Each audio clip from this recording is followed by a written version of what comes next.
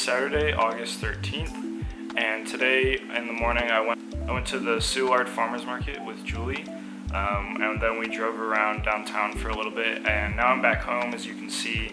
And later tonight, Julie and I are going on a date. We're going to the movies. I'm deciding between whether we should see Sausage Party, Suicide Squad, or Jason Bourne, so I'll let you guys know what we watch. But we're also going to dinner before that to a Mexican place that is apparently really good, so we'll see.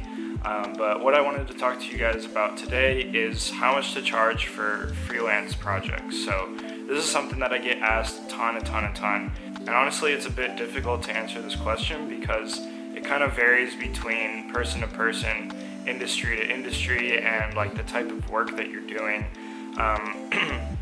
But a while ago, I did write a blog post about it. I'll leave that blog post below if you guys want to read it.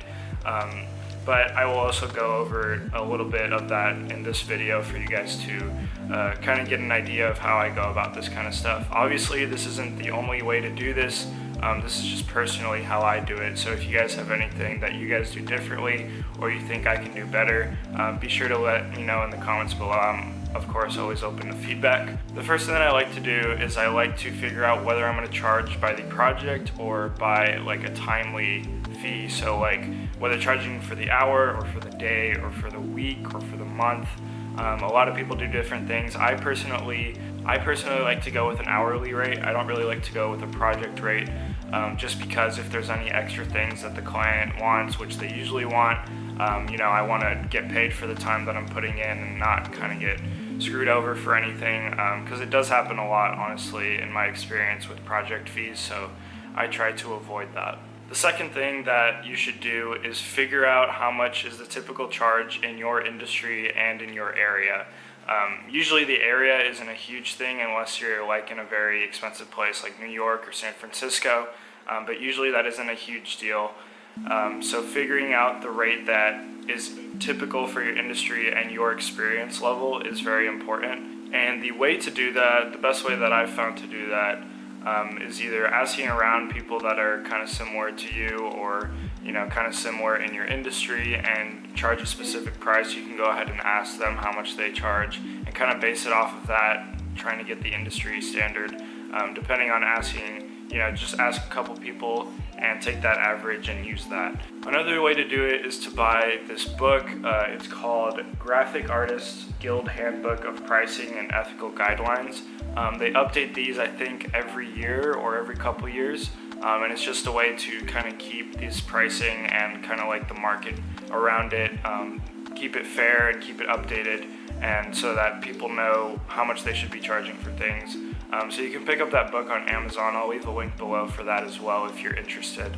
That's a good way to get like a very concrete industry standard. Step number 3 is to take that standard that you found and add your value on top of that.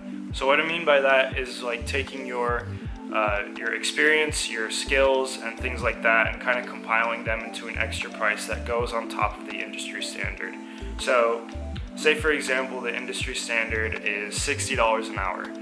This isn't reflecting anything, this is just a made up number, but say it's $60 an hour, and on top of that you value yourself as $40 an hour, taking your experience and your skills and things like that. So you add that value that you have for yourself on top of the industry standard and you get $100.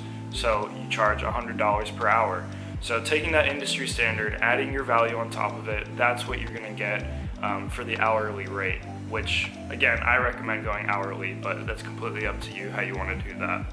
Then the next step is to get an estimate for your client. So what I like to do is kind of range how much that typical project is going to take me, whether it's 10 hours, 15 hours, 20 hours, up to 50 hours, or whatever it is that you're working on. Kind of taking that estimate and then, obviously multiplying those hours by your hourly rate, and then you're going to get the estimate that you can give your client. Next step is to figure out a payment plan with your client. I personally think that my way is one of the better ways to do it, but again, I'm open to feedback if you have anything different that you think that is better.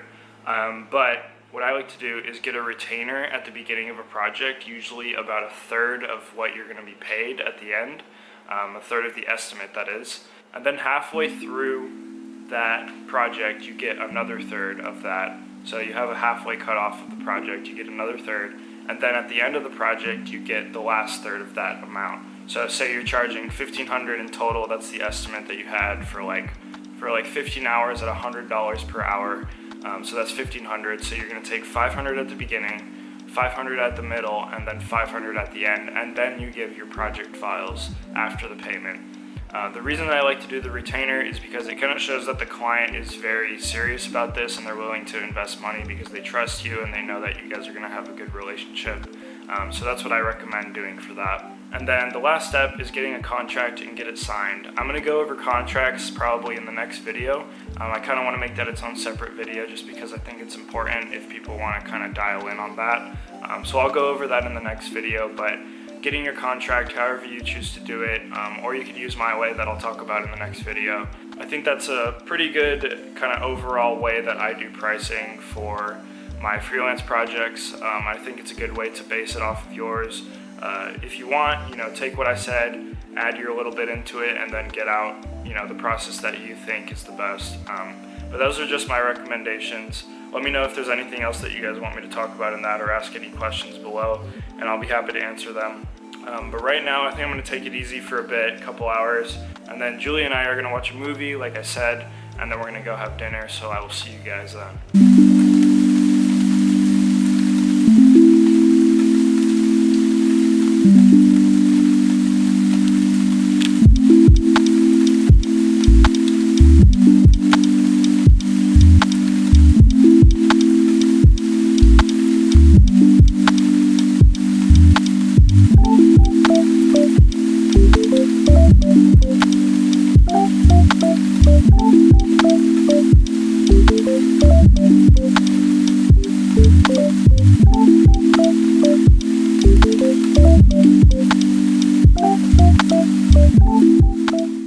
So Julie and I saw Sausage Party. It was a really good movie until the end. It was kind of weird. If you guys have seen it, yeah, very uncomfortable. If you guys see it, you'll understand. But it was a really good movie overall, and we went to Whole Foods to get some groceries, get like steak and just the necessities and things like that. And then now we're heading to dinner. We're going to a Mexican place, like I told you guys. Hopefully it's good. We're just trying to try out a few places here in this cool area. What's this area called? Central West End. Oh, yeah, so this is Central West End. It's a really cool area. They have a bunch of awesome stuff here. And if you guys saw that movie theater, it's like really, really awesome. It's like really fancy, even though it's like really small, but really nice. And it's really, really cheap. It was like $5 per person, which is crazy cheap compared to Nashville.